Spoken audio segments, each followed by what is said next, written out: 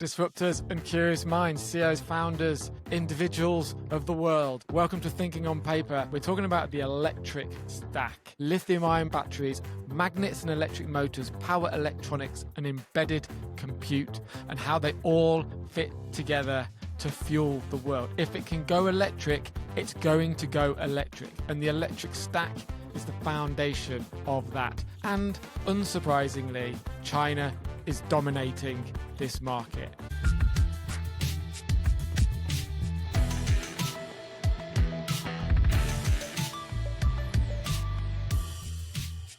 Here we go, the electric stack. October the 6th, 1973, on Yom Kippur, Judaism's holiest day, Egyptian President Anwar Sadat and Syrian President Hassan al-Assad launch a coordinated surprise attack on Israel. 11 days later, on October 17th, King Faisal of Saudi Arabia, a cautious monarch who has resisted using oil as a weapon for years, announced that OPEC would cut oil production by 5% each month until Israel withdrew from occupied territories. More dramatically, Arab oil producers declared a complete embargo on oil shipments to countries supporting Israel, primarily the United States and Netherlands. Oil prices quadrupled practically overnight from $3 to $12 per barrel. Gas stations ran dry. Americans sat in mile-long queues for hours. Perhaps you remember that, Jeremy. Sometimes fighting over fuel. No, President Nixon imposed a national speed limit of 55 miles an hour. Christmas was cancelled. Christmas lights were banned. And that led to Exxon and their corporate lab in New Jersey getting a 30-year-old British Oxford and Stanford graduate called Stan Whittingham to research what happens if the oil runs dry. And that led him to battery research. And that was the beginning of the electric stack. Prices go crazy, right? Everything you just said. 3 years later, on the year of my birth, 1976, Whittingham makes the first lithium-ion battery. And it does something amazing. It explodes. It explodes. It explodes. But it was rechargeable, so it was the first rechargeable lithium battery. Eventually, he'd co-share the Nobel Prize for that with two other people. But like his exploded. So what happened? A guy named John Goodenough. The name is great. John B. Goodenough. John B. Goodenough. An Oxford physicist. Yeah, he's an Oxford guy, right? So yep. So he gets in there and finds a way to increase the voltage. He does some things to improve upon what Whittingham did, but it still explodes. And then explodes less. But it explodes less, but it still explodes, right? I love how you approach. You want to get into the science and the physics of this. In my notes, I've just put John B. Goodenough changed the ingredients. Oh, perfect. It's a perfect way to think about it, right? Perfect way to think about it. All right, so there's this instability to this thing that has been invented. Enter Akira Yoshino and kind of sprinkle some magic in there. He finds a way to stabilize it and make it a little better. Again, step by step by step by step. Akira Yoshino sells the patent to Sony, and the lithium-ion battery was put inside the Sony Handycam, which I remember those Sony Handycam ads. You must remember them. And that was the first alpha product, wasn't it, of the lithium-ion rechargeable battery that now you could film your family. Your Christmases and Yeah. Which I remember we'd always set it up and just, I mean, that's a big part of growing up for us. So what do you think about this idea? This quote was great, or this philosophy is a really interesting idea. Lateral thinking with withered technology. Yeah, I like that. Yeah. It's kind of cool. So basically it's like Sony didn't really invent anything new, right? With this, they took this existing quote withered technology, which again, what they developed was pretty powerful, but again, it was the idea that needed the energy and the action, right? Idea and the energy and action. So Sony applied the energy and action, becomes a product, the Handycam, and now suddenly this insatiable demand for people to need hours of battery life to capture all the moments in their family. Demand explodes. So again, we have this idea of Western research turning into Japanese products. We all remember those Japanese products, Panasonic, Sony, that in technological might has shifted over, because in this essay he kind of puts Japan in the same bucket as America and Europe, doesn't he? And it's not Japan and China, it's really Japan, America and Europe, and China doing this other stuff, and those big Japanese companies that really changed changed the game of consumer products. That's now being done in China rather than Japan. So let's go from Handycam to the next step. Somebody got involved. Somebody started putting Handycam batteries in a car. Yeah, essentially. Who's that guy? Let's talk through it. I don't know. Who is that guy? What is that car company?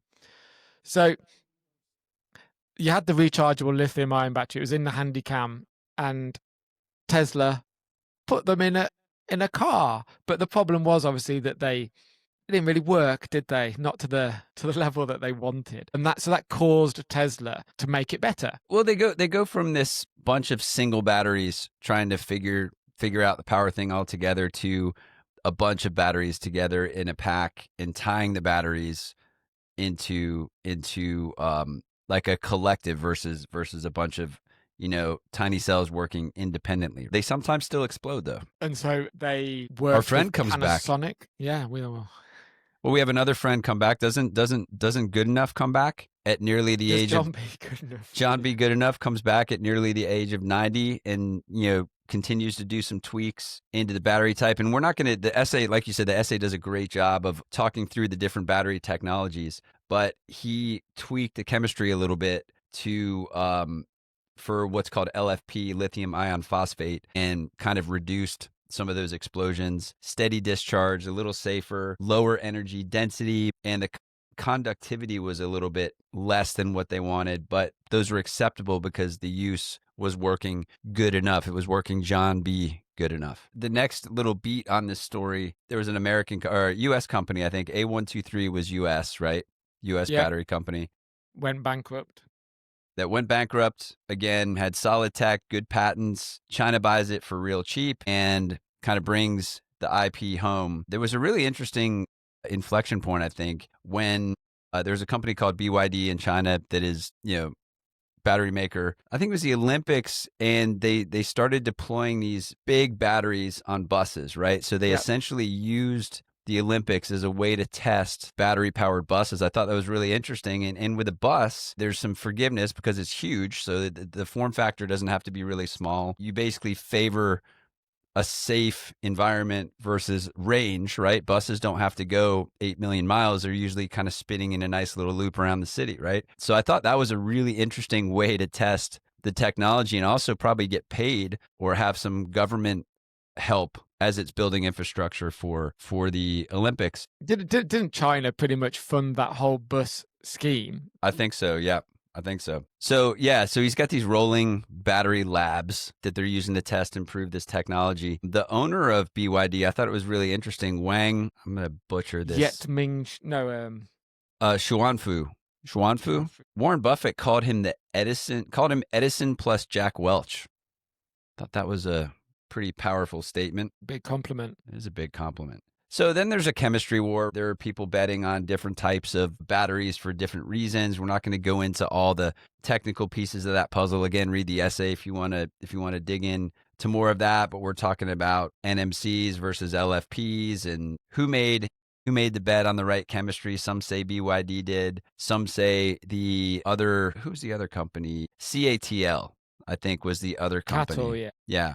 Or is that Cattle, huh? The timing of all this is so serendipitous as well. If the Olympics hadn't been in Beijing, then the Chinese government wouldn't have been perhaps so ready to spend all the money on the batteries for the buses. That coincided. It was just a perfect timing for the technology for the 5-year plan of China. It was just amazing timing. And China just got good at batteries, like really, really good at making batteries cheaply and efficiently. And what they did, I don't know if they flashed their eyes at Germany, but it ended up with BMW. Yeah, there was a quote by Mr. BMW, I guess, or whatever that was in there. It was like, okay. I love his honesty was so good. How the F do we get 3 million batteries in 2 years or something crazy like that? So the serendipity, he was like he had the aha moment, I guess, right? And a businessman, and he realized, okay, yeah, they've got better batteries. How do we get some because we got to make some electric cars? BYD makes 17.8% of the world's batteries. CATL or Cattle, I'm not sure how you say that one, is 37.9% of the world's batteries, all totaled up to 55, nearly 56% of global battery production. So domination. Well, last little thought on the battery As we kind of come to the close of the battery story a bit, and again, the depth in Packy's breakdown is tremendous. If you have time, I encourage you to read it. The International Energy Agency had an interesting quote in here. I just mentioned the numbers of 56% of global battery production. So even if all of the U.S. projects that actually come to bear that are in the pipeline today related to battery production, the IEA, International Energy Agency, said the U.S. isn't likely to win more than 15% market share, even if all of those projects come to bear. And we all know every idea that turns into a company doesn't last very long, right? It's so hard to see anything changing. BMW, so what's left of the European car manufacturing industry, is using Chinese-made batteries in their cars. In 2020, BYD introduced the Blade battery, which now are in Teslas. They're using Blade batteries. I've got a question for you on batteries. Do you care where your battery's from? Not really. Does anybody care? People want a car that doesn't break down. People want a drone that stays in the air.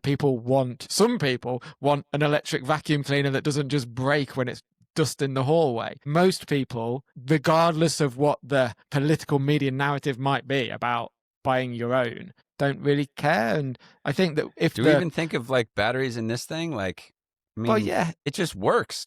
It just works. We just want it to work. I don't see a will on the battery side of it to fight back. We should probably move on to part 2 of the electric stack. Let me set the stage, guys. Let me set the stage. We've been waiting 162 years for magnets to get really good. It starts with a gentleman named Michael Faraday, 1821, builds the first electric motor. It was pretty cool, pretty revolutionary, but from a magnet perspective, kind of meh, right? So over the next 162 years, magnets have been getting better. Alnico magnets, came out in 1955. They're if you have a Gibson, they're in your humbuckers, Mark. They're in your humbucker pickups. They're in my humbuckers on my Gretsch. Oh, you got the Gretsch. There you go. Basically, in 1955, it's magnets all the way down. Magnets all the way down. So 100 times better than Faraday in 1955. Then in 1983 was an interesting year. So you have 2 scientists. You have one in Japan, one in General Motors, and like so many things in history, a simultaneous innovation happens without the other knowing. So this, because there's an order to it, Jeremy. The way things happen is the way things happen. Oh, man. All right. So the Sadie and the one, are we going back to Federico Fajan, dare I say? Well, so, okay. We'll get laughed out of town. So right. So they discover simultaneously a compound that's 360 times stronger than Faraday's original motor, the magnet. This is the breakthrough that makes the electric motor possible, right? Are you talking about the neodymium magnet? Teasing into that, right? So that thing stepped in with a bunch of different innovations too, but just general casting over the last 162 years, there's been innovations in magnets. Let's talk about these 2 guys. Masato Sagawa in Sumitomo, Japan, right, on one side, and John Croat from General Motors. All right, so let's talk about Sagawa's idea or his process, right? He uses this sintering method of creating this magnet, right? So you're mixing powders, press them under high pressure, and then you heat them until they kind of come together. And the magnetic strength was pretty good in what he pulled together.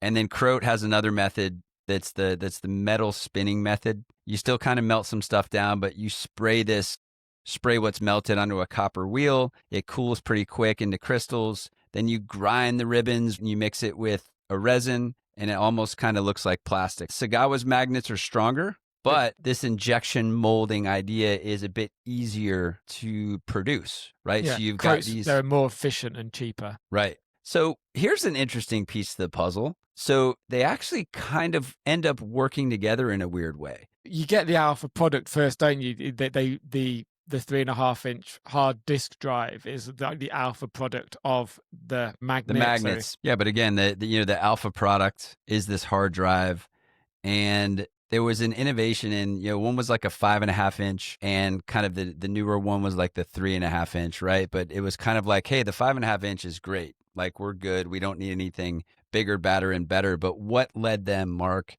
to find that 3.5-inch one being a little bit better. What was the inflection point? Do you remember? Remind me. What is it? Finis Connor, the guy that started Seagate. So in 1985, the inflection point was as these bigger personal computers were kind of getting down in smaller form factor, compact. He lands the deal to put his hard drives into compact portable computers. I think this number's crazy to me, but in the late 80s, he had 1.3 billion in sales. Am I reading that right? Yeah, 1.37 billion in revenue. Or in making it the fastest growing in the manufacturing 80s. startup in United States history. And these alpha products, this inflection point you speak of, causes this mass influx of investment and research to make in this case, the magnet cheaper and more readily accessible. These neodymium magnets make drones possible. Without them, there would be no drones. Humanoids are going to be reliant completely. So since our guest says there's going to be like 5 billion humanoids in the next 10 years, that's a lot of magnets. And complete domination by China. Rare earths. So China, quote, mines roughly 70% of global rare earth, processes 85 to 90% of them, and produces 90% plus of the world's neodymium magnets. China makes at least 50% of the world's electric motors. We've heard this story before. There's definitely a theme in this. So A123, American innovation, gets sold for pennies on the dollar to the Chinese with the IP, and they innovate and they do great things with that technology. So we have Croat and GM and Magnequench. What a name, Magnequench. And Magnequench is building magnets and motors for defense market, for cars. And there are some investment decisions, I think, that GM made, and this is not a case study on GM, in the 80s, or 80s and 90s, but, there was a point while Magnequench was doing its thing, making batteries for GM cars, Department of Defense, GM starts buying a bunch of things, not little companies, but like gigantic companies like EDS, Ross Perot's company, Hughes Motors. They decide to launch GMAC mortgage financing, right? They invest $90 million in an automated factory. And then what hits the fan? The Christmas massacre, I think is what they called it, when GM basically had to lay off 74,000 workers. They closed 21 plants, and they had $8.5 billion. They had an $8.5 billion loss in their North American automotive group in 1991. So it's a fire sale. We got to get back to what we do best. We build cars. We don't care about anything else. So allegedly, I don't know that there wasn't any data to back this up, but when GM was looking to offload everything, Magnequench was one of those things on the docket. China was pretty interested in Magnequench. GM needed somewhere else to sell their cars. They needed relationships. Potentially, the Magnequench deal was in part to get access to the Chinese market to sell cars. Little did they know the trade-off was massive related to magnets. At the beginning, I joked that it's magnets all the way down. It is. There's a sentence in the essay which I think should make some people sit up and pay attention. And thanks to the war in Ukraine, drones are widely recognized as a key piece of the military arsenal of the future. They're only possible because of neomagnets. 90% of the world's magnets, the neomagnets, are made in China.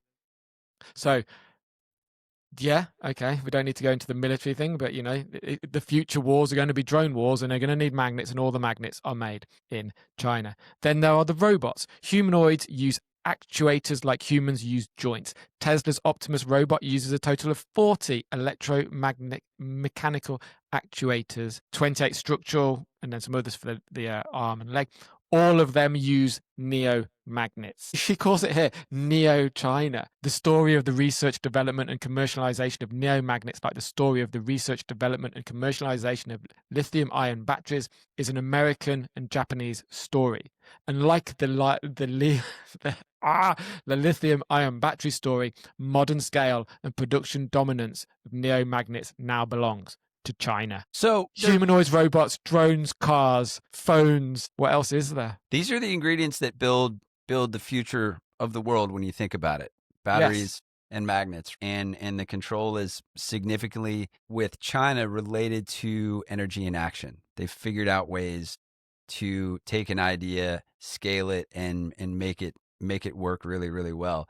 The US did have a company called Mountain Pass that that was focused on magnets. It failed, kind of respun up, failed again, and then it became what's called MP Materials, which is from a US perspective is getting a lot of attention now, but still it is kind of pale in comparison of what China is able to do there. So my question for you, Mark, as we land the plane, my question for you is, what would happen to the US economy if China said F you and stop selling neomags? Well, that's the political hot potato. I mean, the public one is rare earths, but it's all connected, isn't it? You go back to the primary ingredients and the rare earth. It's why America was dancing around invading Greenland, wasn't it? So I assume the sourcing of the rare earth changes, and you get into a massive trade war and try to battle China with some of the things that America did, NVIDIA chips, as we've seen. But such is their manufacturing might that whatever you stop the flow of, they will simply create a probably soon better version than what the America does. So get your politics in order. Get your politics in order. That's a shirt, man. Holy cow. Yeah. If America focused everything on the intelligence part of this, so that in however many years it is, all of these machines that are made in China with an American brain, or do we end up with made in China with a Chinese brain? Or some various degrees of both. I think the future is too important to... That's a t-shirt. The future's too important. The future is too important for...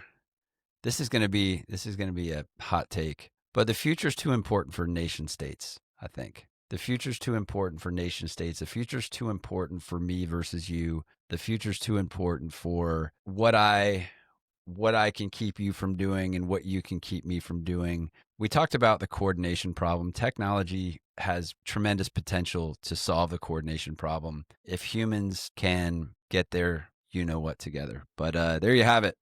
Yeah, global. If there is no global coordination, it doesn't matter what technology we're speaking about. It can be AI, it can be batteries, it can be electric kites. It doesn't matter if there's no global communication, if there's no global accord, if there's no global consensus on what's best for humanity, then yes, there is no solution. And you're right, the future is too important. So sort your politics out. Sort your politics out. Well, this was fun, Mark. Hope you guys have enjoyed it as well. We'll have a part 2 to figure out the other 2 pieces of the stack. But I guarantee a little teaser, you're going to see some similar patterns as we move through the stack. That's all I've got for today. Mark, any closing thoughts? I'm going to see if I can test drive a Tesla Model 3 before next week's show, because it's all about the Model 3. Fair enough. Hey, stay curious. Be disruptive. Keep thinking on paper and learning in public.